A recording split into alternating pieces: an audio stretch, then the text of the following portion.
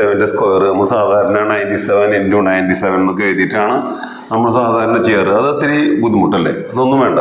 നമ്മൾ ചെയ്യേണ്ടത് ഈ 97 നമ്മുടെ ബേസ് 10 ബേസ് 100 സിസ്റ്റൊക്കെ ഉണ്ട്.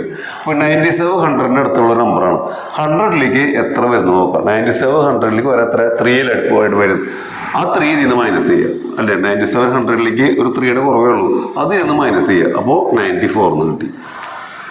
അടുത്തത് എത്ര ഡിഫറൻസ്? 3 അല്ലേ നമ്മൾ കുറവ്, അതിൻ്റെ സ്ക്വയർ 3യുടെ സ്ക്വയർ എത്രയാണ്? 9. എഴുതുമ്പോൾ 2 ഡിജിറ്റ് എഴുതാനേ പാടുള്ളൂ. അപ്പോൾ 9409 ഇവിടെ ആൻസറായി. നേരത്തെ മൾട്ടിപ്ലിക്കേഷൻ ആവശ്യമില്ല. 97 ആണെങ്കിൽ 97 to 100 3 ആണ് കുറവ് വരേണ്ടത്. ആ 3 ഇതിൽ നിന്നാണ് മൈനസ് ചെയ്യേണ്ടത് കേട്ടോ. അപ്പോൾ 97 - 94 3 94.